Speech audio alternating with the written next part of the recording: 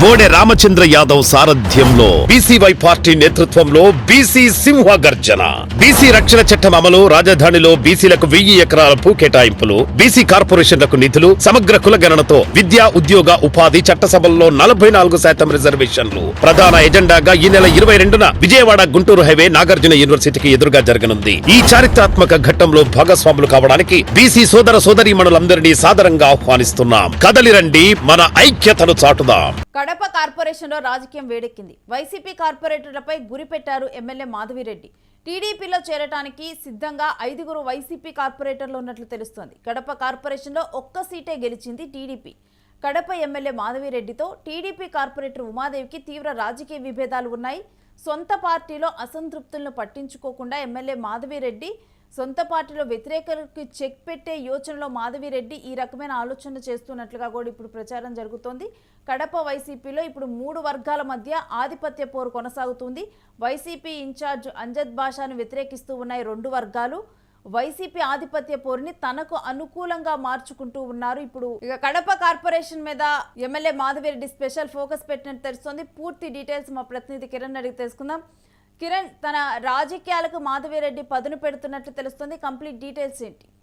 Renu, Kadapa corporation లో మళ్ళీ వేడెక్కింది రాజకీయం. ఎందుకంటే ఇప్పటికే కడప కార్పొరేషన్ లో వైసీపీ నుంచి కొంతమంది కార్పొరేటర్ టీడీపీలో చేరారు. అయితే గతంలో ఉన్న మేయర్ సురేష్ బాబును తొలగించే వరకు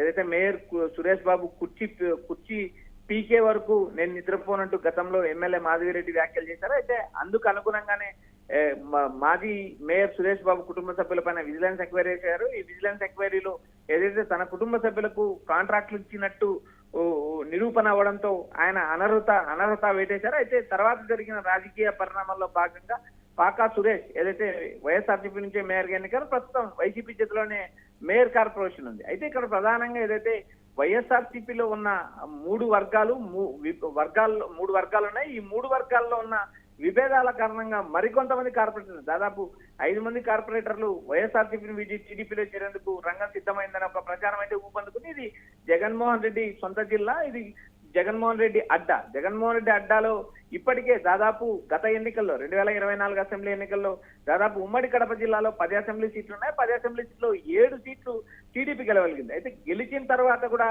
ఆ స్థాయిలో రాజకీయ పోరాటం చేయలేదు. అటు వైఎస్ఆర్సీపీని ఏదైతే తీవ్రంగా దెబ్బతీస్తారని ఎక్స్పెక్ట్ చేసినా కూడా ఆ స్థాయిలో ఏదైతే వైఎస్ఆర్సీపీ బలహీనపడలేదనే ఒక ప్రచారం అయితే ఊపందుకుంది. మరోపక్క సీఎం చంద్రబాబు నాయుడు కూడా పదే కడప జిల్లా ఎమ్మెల్యేలను కూడా హెచ్చరిస్తున్నారు. జగన్ మళ్ళీ కోలుకోకుండా తగిన చర్యలు తీసుకోవాలి, ఎందుకంటే ఆ స్థాయిలో మీరు రాజకీయాలు చేయాలి, నియోజకవర్గాల్లో బలపడాలి, నియోజకవర్గాల్లోనే ఎమ్మెల్యేలు ఉండాలి, ప్రతి గ్రామాన్ని ప్రతి మండలాన్ని సందర్శించాలి, ప్రభుత్వ అభివృద్ధి సంక్షేమ కార్యక్రమాలు ప్రచారం చేయాలంటూ పదే సీఎం చంద్రబాబు దిశానిర్దేశం చేస్తున్నారు. మరోపక్క ఏదైతే కడప కార్పొరేషన్ లో ఉన్న వర్గ విభేదాల కారణంగా, వైసీపీలో ఉన్న వర్గ విభేదాల కారణంగా 5 మంది కార్పొరేటర్లు మళ్ళీ టీడీపీ యుద్ధం పుచ్చుకుంటున్నారు. ఇందుకు తగ్గట్టుగా ఏదైతే ఎమ్మెల్యే మాధవిరెడ్డితో పాటు ఎమ్మెల్యే మాధవిరెడ్డి భర్త శ్రీనివాసరెడ్డి ఈ చక్రం తిప్పుతున్నారనే ఊహాగానాలు అయితే ప్రస్తుతం వినిపిస్తున్నాయి. అయితే ఈ 5 మంది కార్పొరేటర్ చేరతారా లేదా అనే అంశం కూడా మనకు త్వరలో బయటకు వచ్చే అవకాశం ఉంది. ఇప్పటికైతే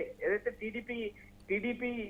టీడీపీ మొట్టమొదటిసారిగా దాదాపు 20 ఏళ్ల తర్వాత కడప అసెంబ్లీ సీటు టీడీపీ గెలుచుకున్న క్రమంలో భాగంగా అయితే వైఎస్ఆర్సీపీ కార్పొరేటర్లు వైఎస్ఆర్సీపీ నాయకులను టీడీపీలో చేర్చుకుంటున్నారు. అయితే ప్రత్యర్థిని బలహీనం చేయడానికి మాత్రమే పార్టీలోకి వలసలు ఆహ్వానిస్తున్నారంటూ ఒక పక్క విమర్శలే, మరోపక్క సొంత కూటమిలోనే ఏదైతే టీడీపీలోనే మాధవిరెడ్డి వర్సెస్ టీడీపీ నాయకుల మధ్య ఆధిపత్య పోరు నడుస్తుంది. ఇప్పటికే అక్కడ టీడీపీ నుంచి ఒరిజినల్ గా గెలిచిన ఒక కార్పొరేటర్ ఉమాదేవి ఉన్నారు.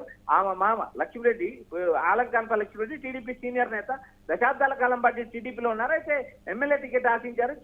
చివరిగా ఏదైతే మాధవిరెడ్డికి టికెట్ దక్కడం గెలవడం జరిగింది. గెలిచిన తర్వాత కూడా ఏదైతే మాధవిరెడ్డికి అటు టీడీపీలో ఉన్న మిగిలిన వ్యక్తులకు కూడా వర్గ విభేదాలు కొనసాగుతున్నాయి. దాదాపు టీడీపీలో కూడా 2 నుంచి 3 వర్గాలు ఉన్నాయి. మరోపక్క పక్క నియోజకవర్గం ఏదైతే కమలాపురం ఉందో కమలాపురం ఇన్ఛార్జ్ గా, కమలాపురం ఎమ్మెల్యేగా కమలాపురాన్ని సుదీర్ఘకాలం అక్కడ ఇన్ఛార్జ్ గా పనిచేసిన పుత్తాన నరసింహారెడ్డిని కడప జిల్లాకు సంబంధించి కడప పట్టణానికి సంబంధించిన నేతలు కలుస్తున్నారు.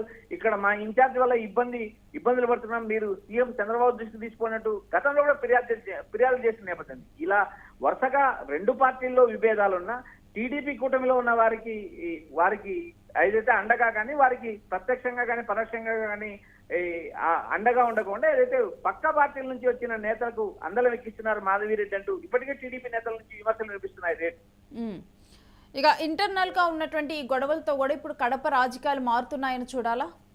లేదు, ఇక్కడ ప్రధానంగా రెండు పార్టీల్లోనూ విభేదాలు కొనసాగుతున్నాయి. వైఎస్ఆర్సీపీలో 3 వర్గాలు ఉన్నాయి. ఒకటి సురేష్ బాబు వర్గం అయితే, 2 అంజద్ భాష వర్గం, మరోపక్క కమలాపురం మాజీ ఎమ్మెల్యే మేయర్ రవీంద్రనాథ్ రెడ్డి, జగన్మోహన్ రెడ్డి మేనమామ, ఆయన వర్గానికి సంబంధించిన కార్పొరేటర్ని. ఇలా 3 వర్గాలు ఉండడం, 3 వర్గాల మధ్య విభేదాలు ఉండడం, సమన్వయం లేకపోవడం, చివరికి ఎట్టకేలకు ఏదైతే సురేష్ బాబు పదవి ఇచ్చిన తర్వాత ఏదైతే రవీంద్రనాథ్ రెడ్డి వర్గానికి సంబంధించిన పాకా సురేష్ మేయర్ కావడం విశేషం. మరోపక్క అటు టీడీపీలో ఉన్న వర్గ విభేదాలు కూడా, వారికి ఉన్న ఒక కార్పొరేటర్ తో కూడా సత్సంబంధాలు మెయింటైన్ చేయలేదు మాధవిరెడ్డి. సుదీర్ఘకాలం నుంచి టీడీపీలో ఉన్న వారికి కూడా ప్రాధాన్యత దక్కలేదు. టీడీపీలో మొదటి నుంచి కష్టపడిన నేతలకు విలువ ఇవ్వలేదు. మరోపక్క టీడీపీకి నుంచి కాకుండా వైసీపీ నుంచి వచ్చిన వారికి అందలం ఇస్తున్నారు, వారికి మాత్రమే పదవులు ఇస్తున్నారు. మొదటి నుంచి టీడీపీ కోసం కష్టపడిన వారికి పదవులు దక్కలేదని ఇప్పటికే టీడీపీ నేతలు విమర్శనాయి. మరోపక్క ఏదైతే కడప జిల్లాలో ఏదైతే జగన్మోహన్ రెడ్డి సొంత జిల్లా, అక్కడ బలపడాల్సిన టీడీపీ ఆయా నియోజకవర్గాల్లో ఉన్న వర్గ విభేదాల కారణంగా పార్టీ పలచన అవుతుందంటూ ఇప్పటికే సీఎం చంద్రబాబు నాయుడు పలుసార్లు దిశానిర్దేశం చేశారు. లోకేష్ బాబు కూడా నేరుగా ఉమ్మడి కడప జిల్లాకు సంబంధించిన ఎమ్మెల్యేలతో ఏదైతే భేటీలు నిర్వహించారు. మరోపక్క ఏదైతే తాను నిర్వహిస్తున్న ఎమ్మెల్యేలతో 1-to-1 మీటింగ్ కానీ, ఎమ్మెల్యేలకు కుటుంబ సభ్యులను పిలిచి విందు ఇవ్వడం కానీ, ఇలాంటి అన్ని కార్యక్రమాలు చేస్తున్నా నేతల మధ్య సఖ్యత కుదరలేదు. మరోపక్క టీడీపీ కూటమిలో అటు టీడీపీ నేతలకు, జనసేన నేతలకు, బీజేపీ నేతల మధ్య సమన్వయం కుదరలేదనే విమర్శలున్నాయి. మొత్తం వ్యవహారం మనం ఒకసారి చూసినప్పుడు ఏదైతే కడప కార్పొరేషన్ లో ఇప్పుడున్న వైఎస్ఆర్సీపీలో ఉన్న కార్పొరేటర్ మరికొంతమంది టీడీపీలో చేరడానికి ముహూర్తం సిద్ధమైందనే ఒక ప్రచారం.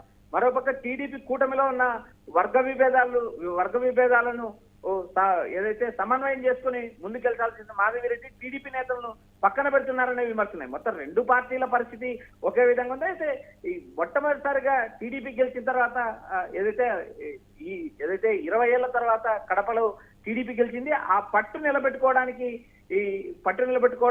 వచ్చే ఎన్నికల్లో గెలవడానికి కూడా సరైన నిర్ణయాలు, సరైన వ్యూహాలు అమలు చేయాలంటూ ఇప్పటికే మాధవిరెడ్డికి టీడీపీ అధిష్టానం సూచిందని ఒక ప్రచారం అయితే నడుస్తుంది. Right, stay with us Kiran. మీ దగ్గర నుంచి మరిన్ని డీటెయిల్స్ తీసుకుంటాం.